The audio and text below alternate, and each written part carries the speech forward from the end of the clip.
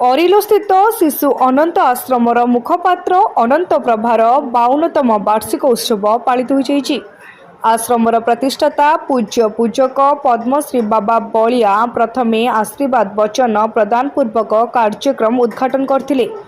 अनंत प्रभार संपादक बाबाजी प्रणवानंद परिचालन में आयोजित यह कार्यक्रम में मुख्य अतिथि भाव योगदान करथिले संवादर संपादक सौम्यरंजन पट्टनायक, बारवाटीर पूर्वतन विधायक देवाशीष सामंतराय, भद्रकर पूर्वतन विधायक मुक्तिकांत मंडल, सांसद रंजुलता मंडल, पूर्वतन डॉक्टर त्रिनाथ पट्टनायक, शरद कुमार रथ, प्यारी मोहन पट्टनायक प्रमुख योगदान करथिले।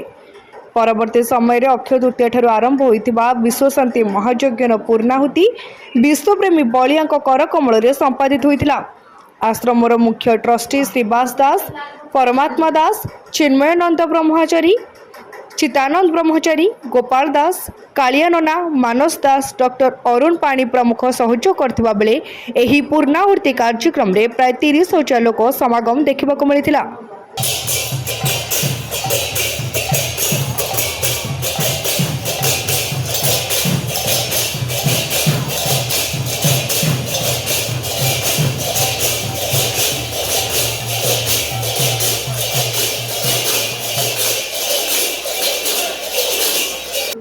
जगतसिंहपुर राहमारू अरुण पाणी को रिपोर्ट, तीर्थक्षेत्र लाइव।